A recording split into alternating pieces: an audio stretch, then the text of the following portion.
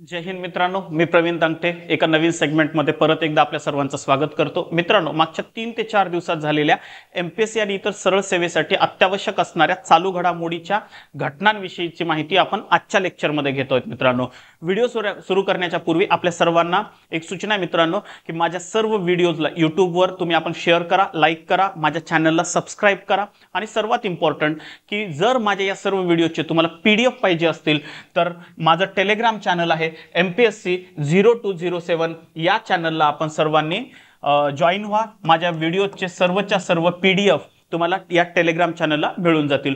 चला तर सुरुवात करू मागच्या 3 दिवसातील महत्त्वपूर्ण घडामोडींविषयीची माहिती. तर मित्रांनो, सगळ्यात पहिल्यांदा एक महत्त्वपूर्ण बातमी आहे आणि ती म्हणजे भारताचा गोल्डन बॉय, म्हणजे ज्यांनी ऑलिम्पिक स्पर्धेमध्ये ॲथलेटिक्समध्ये भारताला पहिलं सुवर्ण पदक मिळवून दिलं होतं, तो म्हणजे भारताचा गोल्डन बॉय असणारा नीरज चोप्रा. नीरज चोप्राने आणखी एक विक्रम केला मित्रांनो. हा विक्रम खेळातला नाहीये तर कोणता आहे त्याविषयीची माहिती पाहू. 2022 मध्ये नीरज चोप्रानी सगळ्यात महत्त्वपूर्ण म्हणजे ॲथलेटिक्सचा बादशाह मानला जाणाऱ्या उसेन बोल्टला एका बाबतीमध्ये मागे टाकले आणि ही गोष्ट आहे 2022 मध्ये नीरज चोप्रांवर सर्वाधिक लेख लिहिले गेलेले आहेत. तर सर्वाधिक लेख लिहिला गेलेला जगातला हा सर्वात जास्त लेख लिहिला गेलेला प्लेअर बनला आहे नीरज चोप्रा आणि या बाबतीमध्ये त्यांनी उसेन बोल्ट याला मागे टाकलेला आहे. सगळ्यात महत्त्वपूर्ण म्हणजे यावर्षी नीरज चोप्राने अतिशय महत्त्वपूर्ण कामगिरी केली होती. आपल्याला माहिती आहे की वर्ल्ड चॅम्पियनशिपमध्ये नीरज चोप्राने ऑलरेडी सिल्वर मेडल म्हणजे रौप्य पदक मिळवलं होतं आणि यासोबतच वैशिष्ट्यपूर्ण म्हणजे डायमंड लीगमध्ये सुद्धा त्याने पदक प्राप्त केलं होतं. तर 2022 आणि 2021 हे दोन्ही वर्ष नीरज चोप्रांसाठी ऑलरेडी गोल्डन राहिलेली आहेत. तर दुसरी गोष्ट, एकामागून एक विजय त्यानं मिळवलेले आहेत. यासोबतच त्याच्यावर सर्वात जास्त लेख लिहिले गेलेले आहेत आणि असा असणारा तो पहिला भारतीय व्यक्ती बनलेला आहे. यासाठी त्याने उसेन बोल्ट याला मागे टाकलं होतं. मागच्या 4 वर्षापासून उसेन बोल्ट हाच या बाबतीमध्ये पहिल्या क्रमांकावर राहिला होता, परंतु यावेळेस नीरज चोप्राने त्याच्यावर मात केलेली आहे.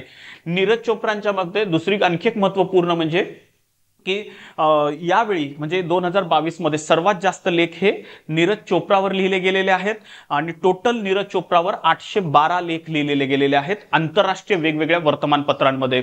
दुसरी गोष्ट, सेकंड नंबरवर जमैकाची एक ॲथलीट आहे जिचं नाव आहे इलेन थॉम्सन हेरा.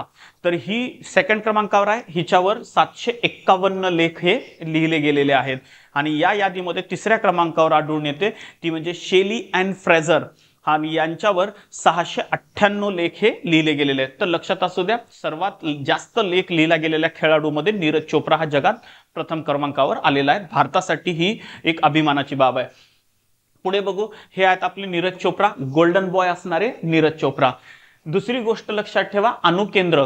आता हे एक महत्त्वपूर्ण बातमी आहे आणि जगाला दिलासादायक बातमी एक आलेली आहे मित्रांनो. अमेरिकेच्या शास्त्रज्ञांनी नुकतीच एक घोषणा केली आहे की न्यूक्लिअर फिजनद्वारे त्यांनी आता एनर्जी तयार करण्याची दावा केलेला आहे. नेमकं हे भाग काय आपल्याला माहिती आहे. 2 पद्धतीने एनर्जी प्रोड्यूस होऊ शकते. एक म्हणजे न्यूक्लिअर फिजन, दुसरं म्हणजे न्यूक्लिअर फ्युजन.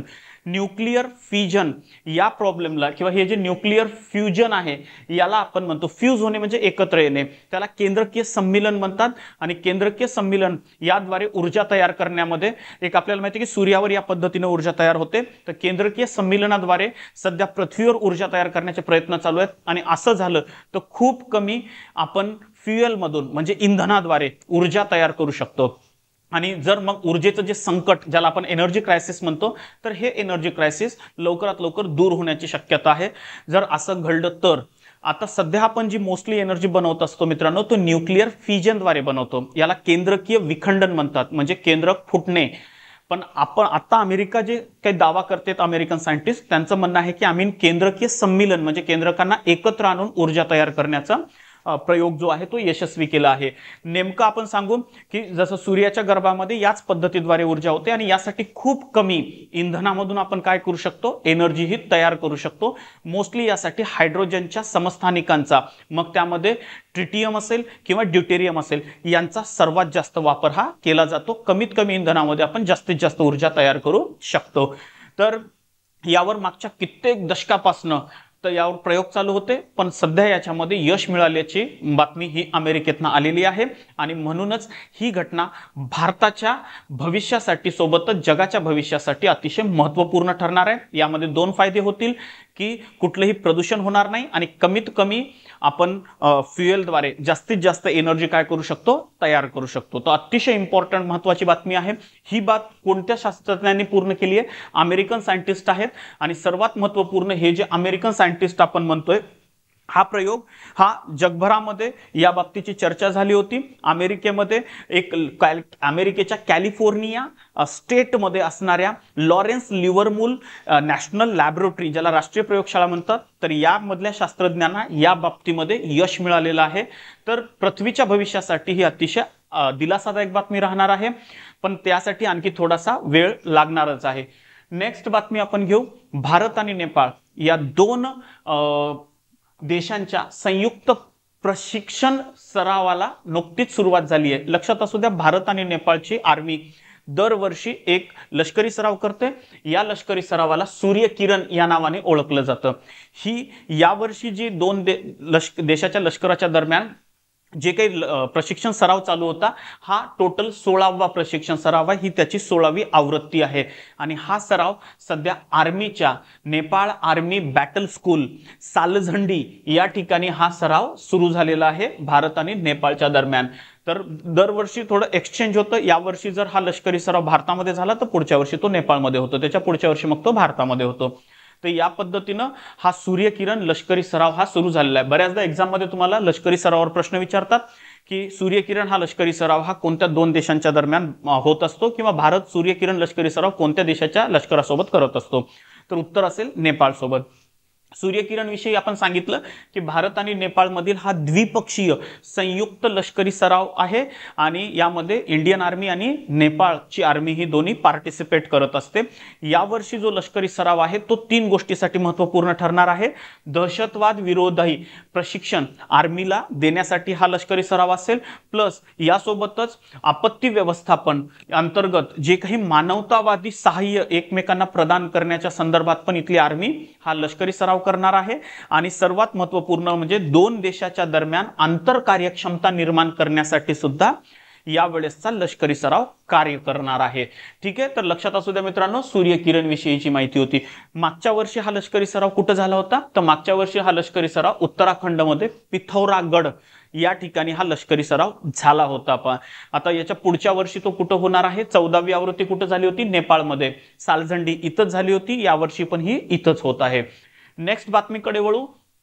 युएननी म्हणजे युनायटेड नेशननी संयुक्त राष्ट्रसंघाने नमामि गंगे प्रकल्पाला जगातील शीर्ष 10 उपक्रमामध्ये स्थान दिले। नमामि गंगे आपल्याला माहिती आहे की गंगा नदीला शुद्ध करण्यासाठी भारत सरकारने हाती घेतलेला अतिशय महत्त्वाकांक्षी हा एक प्रोजेक्ट आहे आणि या प्रोजेक्टला युएननी म्हणजे युनायटेड नेशननी जगातल्या 10 महत्त्वपूर्ण उपक्रमामध्ये जागा दिली आहे। तर लक्षात असू द्या, एका दिवस आपल्याला अंतर्गत प्रश्न विचारला जातो की खालीलपैकी भारतातील कोणत्या प्रकल्पाला युएनने जगातील शीर्ष 10 उपक्रमामध्ये जागा दिली आहे, तर तो प्रोजेक्ट म्हणजे भारताचा नमामि गंगे प्रोजेक्ट आहे। दुसरी गोष्ट आपण सांगितलं की हा प्रोजेक्ट गंगा नदीच्या पुनरुज्जीवनासाठी आणि तिचं प्रदूषण कमी करण्यासाठी भारत सरकारने हातात घेतलेला आहे। दुसरी गोष्ट मॉन्ट्रियल जे कॅनडामध्ये आहे त्या ठिकाणी जी काही बायोडायव्हर्सिटी संदर्भामधली कॉन्फरन्स भरली होती, ज्याला आपण जैवविविधता परिषद म्हणू, या 15व्या परिषदेमध्ये भारताचे नमामि गंगे हा जो प्रोजेक्ट आहे या प्रोजेक्टचे महासंचालक आहेत अशोक कुमार। तर अशोक कुमार यांना मॉन्ट्रियल कॅनडामध्ये भरलेल्या जैवविविधता परिषदेमध्ये नमामि गंगेसाठी हा पुरस्कार देण्यात आलेला आहे आणि त्यांनी हा पुरस्कार स्वीकारला आहे। नमामि गंगेच्या बाबतीत लक्षात असू द्या, 70 देशांमधून 150 म्हणजे 150 असे प्रोजेक्ट हे घेण्यात आले होते आणि त्यापैकी पहिल्या 10 प्रोजेक्टची निवड करण्यात आली, त्यात नमामि गंगे हा प्रोजेक्ट असेल। तर हे पण अतिशय महत्त्वपूर्ण बाब आहे। पुढचा मुद्दा पाहू मित्रांनो, अतिशय महत्त्वपूर्ण एक नवीन ग्रँड मास्टरच्या संदर्भातली बातमी आलेली आहे। तुम्हाला माहिती असेल की नुकतीच दिव्या देशमुख ही महाराष्ट्राची अतिशय कमी वयातील मुलगी ही आता ग्रँड मास्टर बनली आहे। पहिली भाग हा समजून घ्या की ग्रँड मास्टर हा जो किताब आहे तो कोणाला दिला जातो, तर हे महत्त्वपूर्ण आहे। आतापर्यंत भारतामध्ये एकूण 78 खेळाडूंना ग्रँड मास्टर हा किताब मिळाला आहे आणि 78वी कोण आहे म्हटलं तर ती दिव्या देशमुख आहे, महाराष्ट्राची, आणि सर्वात कमी वयामध्ये तिने हा ग्रँड मास्टर किताब जिंकलेला आहे. या 78 पैकी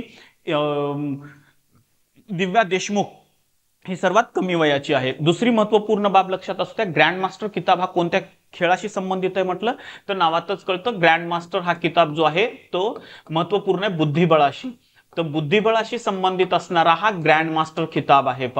भारताचे पहिले ग्रँड मास्टर बनले होते विश्वनाथन आनंद, आणि त्यांच्यानंतर आता 77 जण ही ग्रँड मास्टर झालेली आहेत, म्हणजे एकूण 78 जण ग्रँड मास्टर ही बनलेली आहेत. दुसरी गोष्ट, ग्रँड मास्टर हा किताब देण्याचं काम फिडे नावाची संस्था करते, फिडे. ठीक आहे, आणि ही संस्था ग्रँड मास्टर कोणाला बनवते तर लक्षात असू द्या, डिफरंट ऑफ इंटरनॅशनल ज्या काही बुद्धिबळाच्या स्पर्धा होतात, आंतरराष्ट्रीय बुद्धिबळाच्या स्पर्धा होतात, या स्पर्धांमध्ये जो खेळाडू हा 2500 पेक्षा जास्तीचे रेटिंग पॉइंट मिळवतो. ठीक आहे, तर हे रेटिंग पॉइंट महत्वाचे असतात इंटरनॅशनल स्पर्धांमध्ये, आणि जो खेळाडू 2500 पेक्षा जास्त रेटिंग पॉइंट प्राप्त करतो त्या खेळाडूला ग्रँड मास्टर हा किताब हा दिला जात असतो. ठीक आहे, भारतात आतापर्यंत 78 ग्रँड मास्टर बनलेले आहेत. 77वा ग्रँड मास्टर होता आदित्य मित्तल, त्याच्या अगोदर 76वा होता चेन्नईचा प्रणव आनंद, 75वा होता व्ही प्रणव. तर हे सगळे होते, आणि आता 78वा ग्रँड मास्टर हे आता भारताची आणि त्यातल्या त्यात विशेष म्हणजे गौरवास्पद असणाऱ्या महाराष्ट्राची 78वी ग्रँड मास्टर बनलेली आहे दिव्या देशमुख.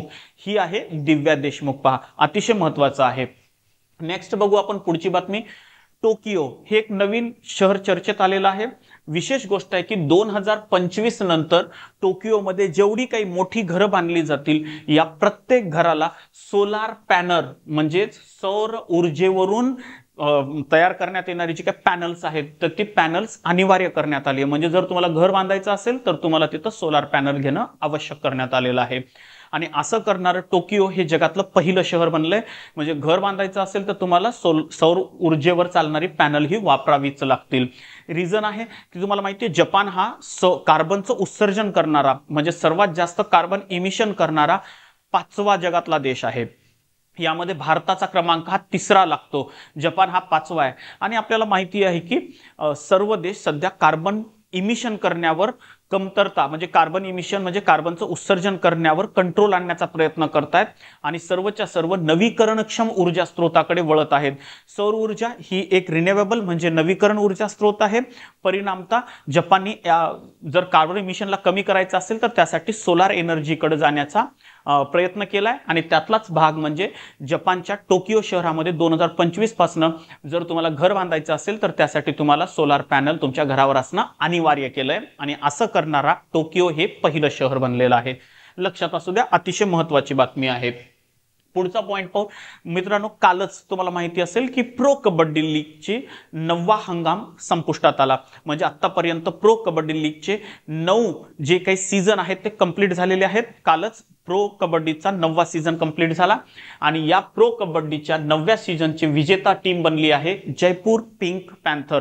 लक्षात असू द्या, अभिषेक बच्चन आणि ऐश्वर्या रॉय बच्चन या दोघांची मालकी असणारी ही टीम आहे जयपूर पिंक पॅन्थर.